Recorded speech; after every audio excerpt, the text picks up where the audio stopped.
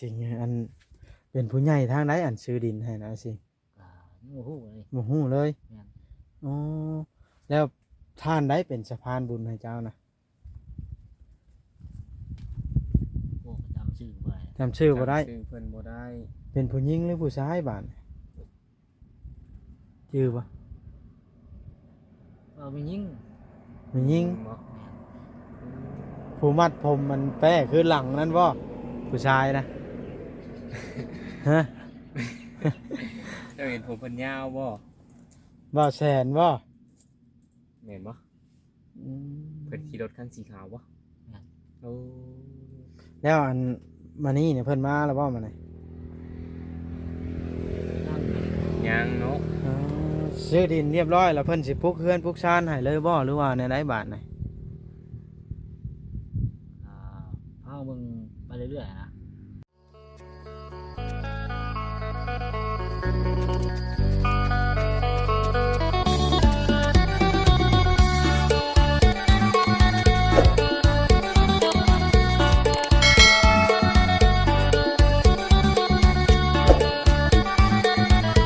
โอ้ยพี่น้องเปิดภาพขึ้นก็ได้มาหาไอ้ซิงพี่น้องเอ้ยโอ้โธ่คือได้เห็นในคลิปหลายๆท่านเนาะว่าเพิ่นมาอยู่อาศัยอยู่ตูบแคมป์สวนอ้อยพี่น้องเอ้ยเฮาก็ได้มาครั้งแรกพี่น้องเอ้ยหลังจากที่เฮ็ดเทือนเฮ็ดชานเรียกว่าก็นั่นแล้วเฮาก็มาพี่น้องเอ้ยอันเด้เนาะมันก็มาหาเพิ่นพอดีว่าทางทันหมอเพิ่นก็เมื่อคืนนี่ฝนตกหนักเมื่อวานนี่น้ำใสก็คือสิมีกินแล้วล่ะน้ำกินน้ำใสหรือว่าของอยู่ของกินก็ได้ซื้อเข้าไปให้เพิ่นเป็นที่เรียบร้อยพี่น้องเอ้ยเมื่อวานนี่เป็นไข่เป็นมีเครื่องใช้ของซอยแล้วที่จำเป็นนั้นแล้วจะค่อยไปเยี่ยมเพิ่นอีกทีพี่น้องไอ้ขาดเรือยังก็ได้เนาะไปเบิ่งไอ้สิงเลยสักว่าเพิ่นอยู่ผู้เดียวก็บ่มีไผมานี่เก่าคือหลายท่านแท้พี่น้องปะเข้าไปเบิ่งทักทายเพิ่นก่อนข้าวของที่เพิ่นช่วยคือว่าได้หลายเติบแล้วนะใส่เนาะ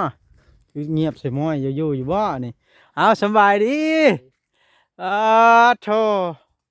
เป็นยังได้อยู่ผู้เดียวดูผู้เดียวเนี่ยเออได้กินข้าวกินน้ำแล้วมั้ยนี่โอ้กินแล้ว มีหลายคนแล้วบ่มาหามันนี่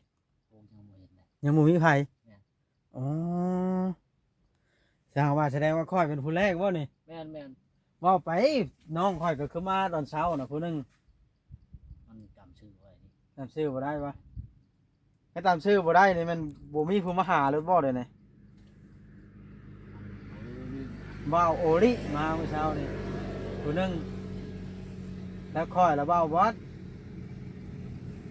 มาอยู่นี่แต่โดนแล้วบ่นี่ โดนเกิดแล้วตั้งแต่เดือนหกอยู่เป็นปีแล้วเนาะมาซะเป็นมาแต่เดือน6ตั้งแต่ปลูกอ้อยแล้วแต่ปลูกอ้อยแล้วเรามาเลยเพิ่นให้มาเผาอ้อยบ่หรือว่าจังไดนี่ เผาอ้อย เดือนหนึงเท่าไดอ้อยนี่ 700,000 บาทเขาให้ได้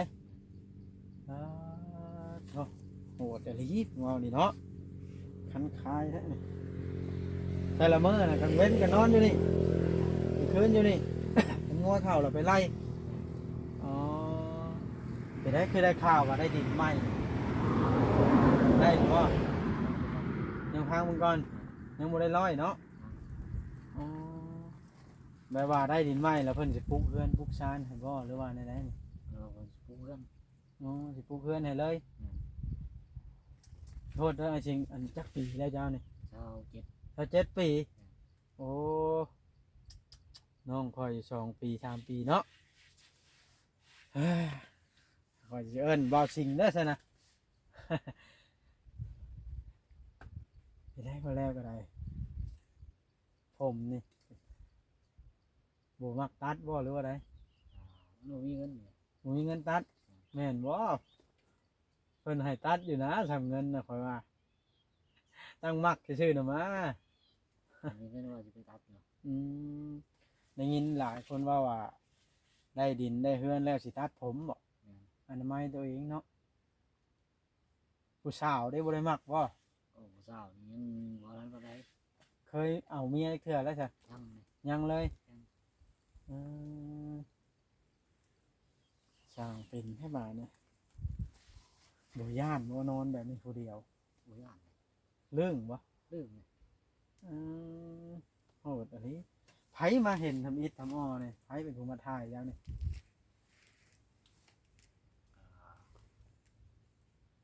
ชื่อบ่ บ่ชื่อกันชื่อหน้าชื่อ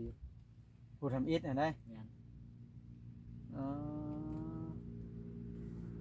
กันเห็นแล้วชื่ออยู่ผู้ทำอิฐเนาะสมมุติคอยบอกชื่อไว้นี่ สมมุติคอยมามื้อหน้ามีผู้ใหม่มาถามนี่เจ้าสิชื่อบ่คอยนี่บ่าวบอสChannel มันชื่อหน้าชื่อ ชื่อเนาะ โอ้ได้หลายอันหลายอย่างราชการช่วยเหลือนอนกลางคืนในบริการมุ้งบ่เนี่ย กลางเต้นเลย เอ้าเล็กนี่เป็นผู้มาช่วยบ่หรือว่าเป็นแต่เจ้าของตัวน้อยเพิ่น นี่ของสวนอ้อย อ่าเล็กนี่ของตัวน้อยเพิ่น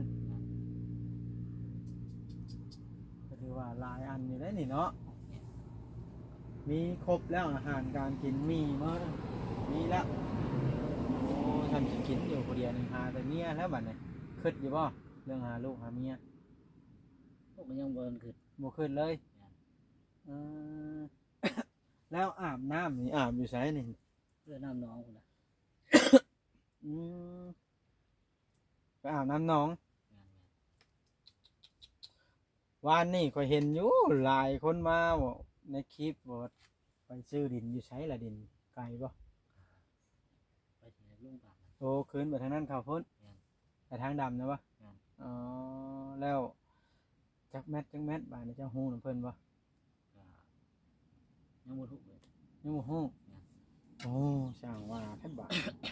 ข้อยเคยได้ยินข้อยเห็นในคลิปว่า15 คูณ20บอกประมาณนี้กว้างเติบนะติดทางดำบ่หรือบ่ได้ติด บ่ที่ท่าน้ำเนาะ บ่ติดครับ แม่น อืมประวัติมันนี่เว้าเรื่องประวัตินี่ FC หลายๆท่านก็น่าสิเห็นเลยเห็นในคลิปแล้วเนาะเป็นหยังจังได้มาอยู่แบบนี้เนาะ แม่น โดยเฮาสิบ่ถามถึงเพราะว่า FC ผู้ที่เพิ่นเบิ่งผู้เพิ่นติดตามนะไอ้สิ่งน่ะเป็นคนที่ บ่มีลูกมีเมียพ่อแม่ก็ญาติพี่น้องก็คือเว้าเอาแหล้วเนาะ แม่น อ๋อโดย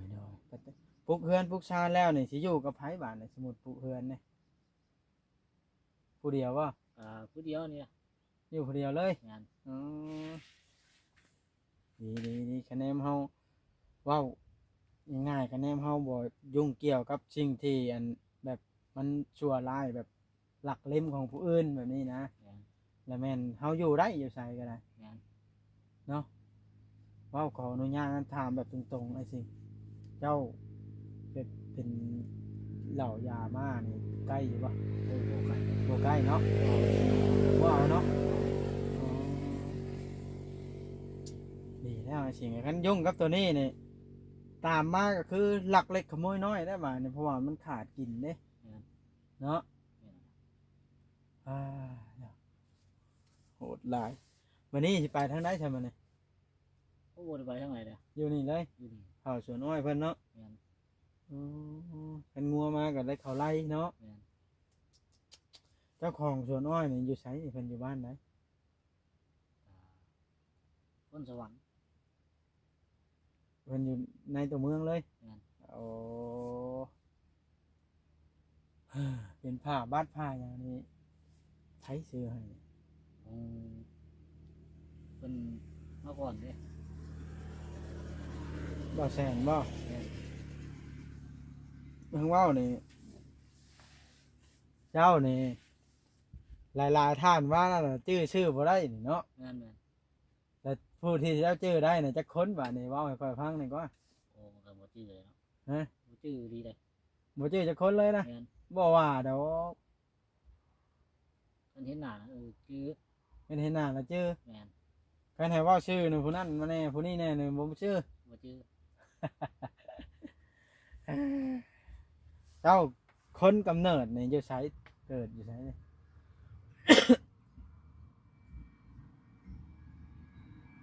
โอ้ประจำบ่ได้ เกิดก็จำบ่ได้ว่าอยู่แขวงใด แม่ โอ้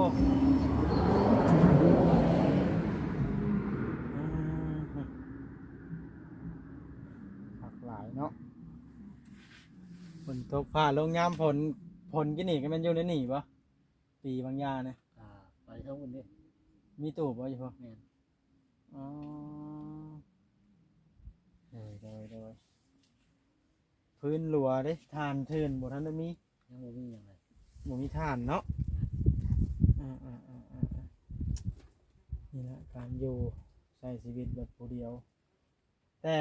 บ่ทันมีไผมาช่วยเหลือในข้าวน้ำนี่เจ้ากินอยู่ใช่ บ่มีเลย เฮ็ดให้จังอยู่ไรซะบ่มีข้าวหาคอกินบ่หรือเพิ่นเจ้าของจะน้อยเอาให้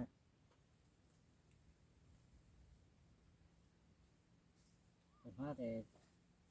เอาเงินให้อย่างเดียวนะเจ้าของ เจ้าของจะน้อยนะ เพิ่นว่า โอ้ฮอตวิกเดือนสิ้นเดือนแล้วเพิ่นเอามาให้ แม่น อ๋อ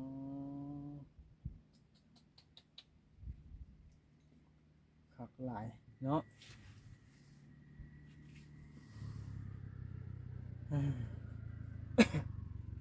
พ่อน้องแพทย์นี่เจ้าก็ชื่อได้บ่นี่แม่นบ่พ่อน้องแพทย์นี่เสียงรถเพิ่นมานี่การเห็นหน้าแล้วชื่อได้เนาะ แม่น อ๋อ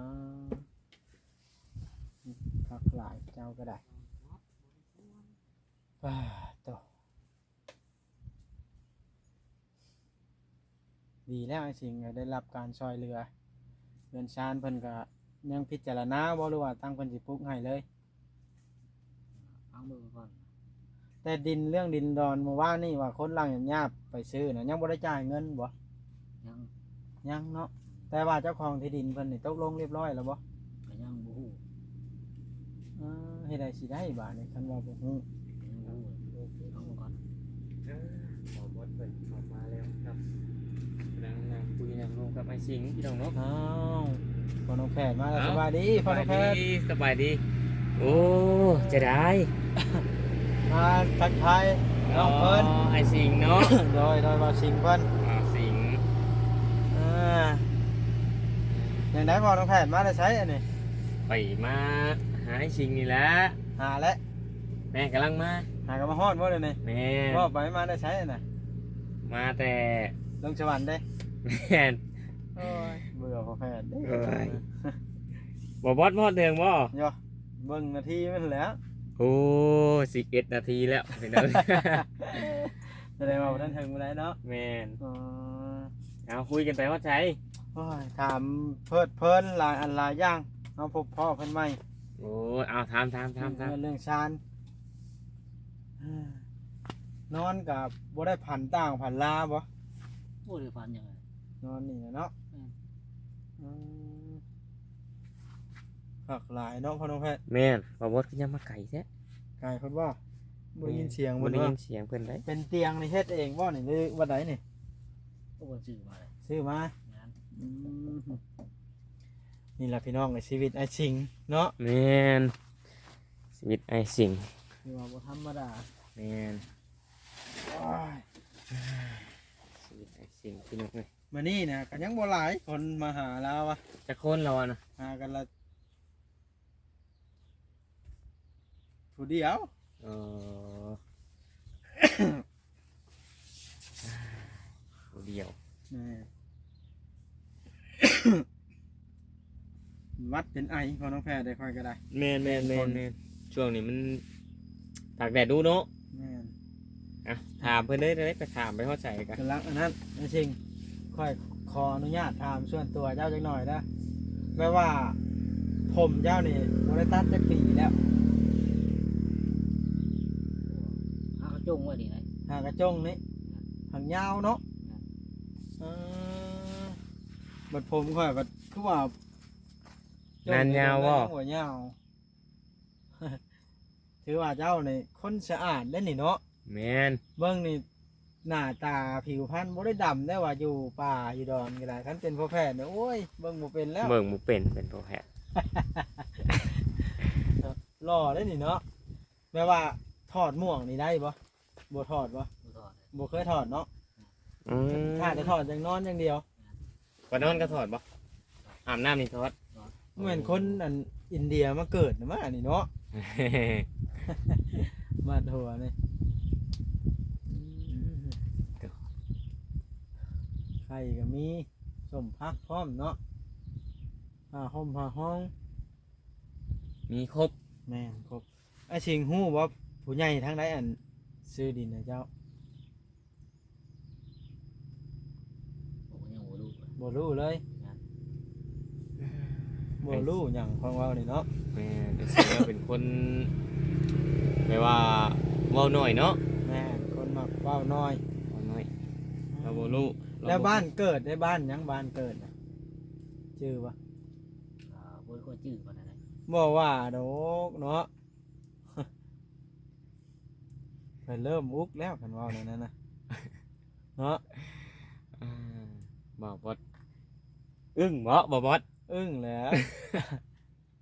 อึ้งเจอไม่สิง เอา แต่ว่าก็ยังถือว่าเพิ่นเป็นคนดีได้ขอยเคย อืม ถามเพิ่นแล้ว โอ้ เหล้ายาปลาปิ้งยามงยาม่าบ่ใกล้ลักเล็มขโมยน้อยบ่เฮ็ด โอ้ แม่นบ่ แม่นนะ ผู้ใดสิเฮ็ดเนาะแนวมันผิดกฎหมายเนาะ มันเป็นบ่แพทย์จะเป็ดบ่ได้หยัง หวานเลย ดอก อ่าดีแล้วถ้าเฮาถ้าเฮาบ่ยุ่งเกี่ยวกับตัวนั้นล่ะชีวิตเฮานี่อยู่ใส่ก็บ่มีภัยเกลียดชังเนาะ แม่นถ้าเป็นคนดี ใส่กันดี อยู่ใส่ก็มีผู้เบิ่งเห็นมีผู้ช่วย แม่น อันเฮาตีนฉันมือยาวเนาะ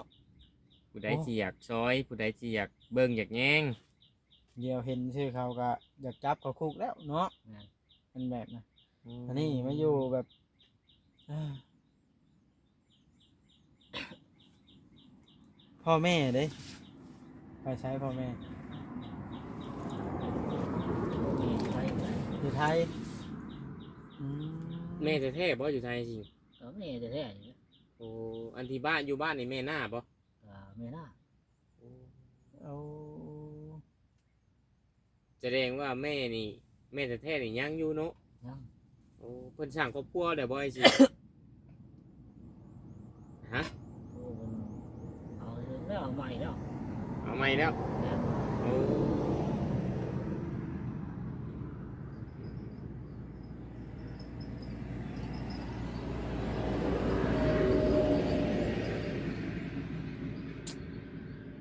พ่อกับยังบ่ ยัง แม่กับยัง ยัง ญาติพี่น้องได้มีจักคนบ้าน โอ้หลายเลย ญาติพี่น้องก็ได้ แม่น หลายนะจักคนหลายนะ โอ้นับไว้ จะนับบ่ได้พุ่นนะว้าวโพดเจ้าก็ได้ อึ้งบ่เออวัด อึ้งอีก อึ้งอีก ขั้น แล้ว ตอนหนึงญาติพี่น้องมันบ่หลายปานนั้นนะ จึงนับบ่ได้ เจ้านี่เป็นผู้ที่เท่าไหรนี่ ของลูกแม่ เป็นคนที่สาม ที่สาม โอ้ แสดงว่ายังจื้อได้อยู่เนาะ แม่น และญาติเจ้าน่ะผู้หญิงจักคนบาดน่ะ ก็ไม่ยิงเองบ่ฮู้เลย บ่ฮู้ว่ามีจักคน แม่น อืม อึ้งอีกเทื่อที่สามบ่วัด โดยอืมอึ้งไปตามๆกันเนาะนี่แหละชีวิตของทางบางสิงเพิ่นพี่น้องเอ้ยถือว่าเข้ามาตูบแล้วเจ้านี่ถือว่าสะอาดพอสมควรนะบ่มีกลิ่นเหม็นกุยเนาะ แม่น อืมค่อยไปล้างบางบ่อนโอ้กุยหึ่งๆนะคนน้ำบ่มีอาบแบบนี้เนาะ แม่น นี่เพื่อไปอาบน้ำพุ่นว่าภาคทางดำพุ่นบ่ แม่นแม่น ไปเฮ็ดว่าไรโดดลงเลย อาบน้ำหนองเนาะ ซูชิบูชิแบงนี่จะเอาได้ใช้แต่หมู่บ่ทันมาช่วยเหลือ บ่แม่นบ่มีเลย เมื่อกี้บ่มี แต่ก่อนนะ บัดนี้มีแล้ว บัดนี้มีแล้วมีทั้งแชมพู แม่น ซาพร้อมแชมพู ไผซื้อมาให้นะ มันยิงอะไร จำซื้อเพิ่นบ่ได้เนาะ ถามร้านน่ะบ่จักชื่อจักคนเดี๋ยวนี้ หน่วย ชื่อค่อยนี่นะได้นี่ชื่อได้น้องก็บอกเราเด้อ บ่ได้จับ เริ่มแล้ว บ่ได้ค่อยจับมา อันนี้อันนี้นะพ่อน้องแพทย์นี่หนวดยาวๆเห็นแบบนี้แล้วแม่นแต่แท้รถ หนวดคือข้างแบ้นี่ เห็นหน้าเจอยู่ ก่อนนี่เคยมาจักเทื่อแล้วนี่แถมมาหาเจ้านี่ เห็นเธอเรียก หาเห็นเทื่อแรกอันนี้ยังจื้อได้เด้อนี่เนาะ จื้อได้จื้อได้ คือว่าบ่ธรรมดา แมนมื้อนี้เรายังบ่ได้กินข้าวเลยเด้มื้อนี้ ไอ้สิ่งเนี่ย นี่ จะมาทานเทื่อนึงละ ก็ถามแล้วเทื่อหนึงแล้ว ยังบ่ได้กินข้าวเลยคือบ่ต้มมีกินข้อยเริ่มอยากแล้วเด้อนี่เดี๋ยวสิสดนะ บางมื้อเราบ่กินเด้อแล้วบ่นะอดเลยบ่กินข้าวเลย กินนี่แล้วย่า บ่กินหยัง แม่นเลย บ่คืออยากแล้วอ่ะ เกิบก็ได้ใหม่เขาซื้อมาให้อีกว่านี่ก็ได้โอ้ได้ใหม่ครูอันพอแพทย์แห้งใหม่ บ่แพ้ได้เกือบเก่าแล้วนี่พุบ่บ่ก็เกือบใหม่คือกันเนาะ แต่ YouTube บ่ทันเข้ามาในหมู่คู่เจ้าก็มาลิ้นน้ำอยู่บ่ โอ้มี บ่มีเลย อ๋ออยู่ผู้เดียวเนาะจริงเนาะ ดูผู้เดียวนี่นะ โอ้ยพี่น้องเอ้ยผู้เดียวกระเทียมดิบ เสียงยังไก่ป้าบ่ น่าจะเป็น เฮ็ดสวาดอยู่ คนหาเก็บเฮ็ด เนาะเนาะ เนาะไอ้สิง ทักหลาย แม่น มีฮอตรีโมทบ่รีโมทหยังน่ะ โซลาร์เซลล์ อ่า ติดต่อ นี่ละพี่น้องเอ้ย FC หรือว่าผู้รักผู้ใหญ่ท่านใดที่ช่วยเหลือไอ้สิ่งก็ขอให้เพิ่นอยู่ดีมีแฮงเนาะช่วยเหลือคนที่บ่มีที่พึ่งอยู่ตามป่าตามดอนเนาะเจ้าก็บ่จักชื่อเพิ่นเลยเนาะว่าไผเป็นผู้ช่วยก็ได้เด้อเจ้าก็ถามนี่เด้อบัดนี้เด้อเวลาไผช่วยเพราะว่าหยังเฮาก็เอามาไว้นึกบุญแทนคุณเพิ่นเวลาเฮาบ่มีกินแล้วเพิ่นช่วย แม่นเพิ่นยืนมือเข้ามาซอยเนาะ แม่นเฮาก็มาภาวนาขอให้เพิ่นอยู่ดีมีแฮงสิ่งที่เพิ่นช่วยเฮาหั้นนะอย่างเช่นชื่อดินชื่อดอนให้แบบ เราต้อง บ่ลืมบุญคุณเพิ่นได้เนาะค ดิ น น เฮา ดินอยู่ไสน่ะไอ้สิงไปเบิ่งแล้วบ่ ไอ้เบิ่งว่าน อยู่ไสอ่ะน่ะ ที่สวน โอ้ในสวนทางพุ่นโอ้ติดต่อ บ่ปลอมบ่แพ้ได้เนาะ อืม ดีใจนํเนาะ ดีใจนะไอ้สิงดีใจดีใจ หลายคนแล้วก็มาเนาะบ่มาเท่าแต่พอน้องแพทย์นี้ น้องเพชรเรียกหลายช่วงนี้ เออ หมดสิขึ้นไปแล้วไอ้สิงเอ้ยนี่ ไอ้สิ่งแม่ว่ามีผู้อยากเอาไปอยู่น้ำในสิไปป่ะแม่ว่าไปหาไทยให้ไทยหน้าให้กินข้าวอยู่นอนน้ำเป็นรายเดือนแบบนี้ไปป่ะทำงานแบบนั้นน่าใจป่ะ ยังบอกว่า อืม ยังบอกบ่ได้ไอ้สิงก็ได้ต่อ คำตอบบ่ได้เนาะ แม่น อืมเคยไปไทยอยู่ป่ะเจ้า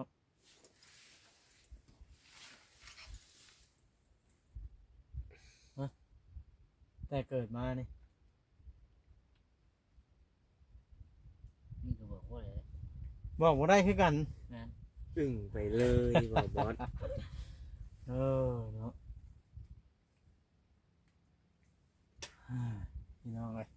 อึ้งลายดอกแล้วคอยเนาะ อึ้ง เดี๋ยวแต่เนาะผ้าบัดก็ได้ลายพื้นแล้วนี่ผ้าอย่างดำได้3พื้นพุ่นเนาะยูทูบเบอร์บ่ซื้อมาให้นี่ นั่นน่ะ อ๋อนี่นะแต่ว่าเรื่องเงินเรื่องชาตินี่เจ้าก็บ่ฮู้ว่าดำเนินไปฮอดใส่แล้ว ก็ยังบ่ฮู้ บ่ฮู้เลย นั่น เอาเดี๋ยวเพิ่นสิเฮ็ดเฮือนบ่ได้ให้ก็ยังบ่ฮู้เลย ยังบ่ฮู้เฮือนปูนเฮือนไม้ก็บ่จักน้ำเพิ่นแล้วแต่เพิ่นอุปถัมภ์ให้เนาะดีหลายพี่น้องเอ้ยเนาะพ่อน้องแพทย์ แม่นดีหลายดีใจน้ ดีใจนำบ่สิงเพิ่น ได้เฮือนได้ชาติแล้วก็มีแต่ว่าหามองเบิ่งผู้มันถึกใจแล้วก็แต่งเอาแล้วบัดนี้เพราะว่าหยังเฮาก็อายุหลายแล้วเด้อยู่ผู้เดียวบ่เป็นได้มันเป็นคนเศษได้ต้องหาคู่ครองเห็นว่าพอน้องแพทย์แล้วยังมีลูกแพทย์นี่ ถามแล้วรู้เราจะเอาว่าเมีย เอาว่าเมียคันมากผู้สาว อันนี้จะบอกว่าไง บอกบ่ได้พอน้องแพทย์เลย ยังบอกบ่ได้อีกแปลว่าชีวิตเฮามันยังลำบากอยู่แม่นบ่แล้วบ่อยากให้หมู่มาทุกข์นำแม่นบ่ งาน โอ้เป็นแนวนี้นี่เองหรือว่าเราเข้าใจคิดได้บ่บอสเด้เราคิดได้เด้แม่นบ่บ่บอส ก่อนนัดใจน้ำบอลนึงเนี่ย นักใจบ่ได้ บอลที่บอกบ่ได้ โอ้เรายังบ่พร้อมสิบอกเด้ ได้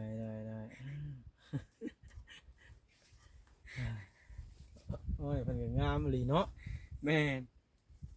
เป็นน้ำข้นเผาบ่เนาะนี่พี่น้อง จงใจเป็นน้ำข้นเผาน้อง อันนี้พี่น้องไอ้พ่อน้องแพทย์ อ้าวส อ่ะ บายดี พี่น้องก็สิได้จบคลิปลงแล้วมาคุยกับไอ้สิงห์ครั้งแรก อ๋อต่ออึ้งไป เดี๋ยว เล เด้ ย มาเบิ่งพื้นที่พี่น้องเอ้ย อยู่บ่บอสเนาะ หลายดอกพี่น้องเอ้ย เอาพี่น้องเอ้ย เนาะ พี่น้องเอ้ย คุยกันเด้ตู้เพิ่นก็ได้เฮาเห็นหลายท่านลงคลิปก็เลยมาเบิ่งมาชมน้ำกันพี่น้องเอ้ยมาเห็นแล้วก็อึ้งตามๆกันไปก็คือคลิปนี้สิได้ขอจบคลิปลงเพียงซำนี้เด้อพี่น้องเฮาก็แบ่งเวลามาทางนี้แน่เฮ็ดเฮือนตัวเองแน่มื้อเช้านี้เราก็ไปเยี่ยมท่านหมอแน่แต่ว่าท่านหมอนี่เพิ่นยังบ่ทันขาดเคินหยังช่วงในฝนตกน้ำใช้สะดวกแล้วเราก็ได้เนาะถือว่าโอเคไปใต้ก็มีถือว่า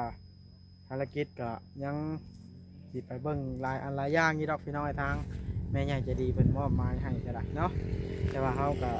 แบ่งไปเบิ่งหลายทิศหลายทางเพราะว่าเห็นหมู่เพื่อนมาหลายทางนี้ก็ได้เห็นได้ชิงเพิ่นก็คือเห็นนั่นละเนาะอยู่กับบ่มีหมู่มีเพื่อนจักอยู่กินจังใดข่อยก็ได้มาถามเบิ่งก็บ่เข้าใจแล้วคือกันเนาะถามหยังก็ว่าบ่ฮู้ข้อยก็บ่เข้าใจกันบางทีเราก็บ่ฮู้ก็มีพี่น้องโอเคเป็นกำลังใจฝากกดไลค์กดแชร์ เบิ่งคลิปเบิ่งโฆษณาให้หน่อยเด้อพี่น้องเนาะคลิปนี้ขอกล่าวคำว่าสบายดีบ๊ายบายคลิปหน้าพอกันเนาะ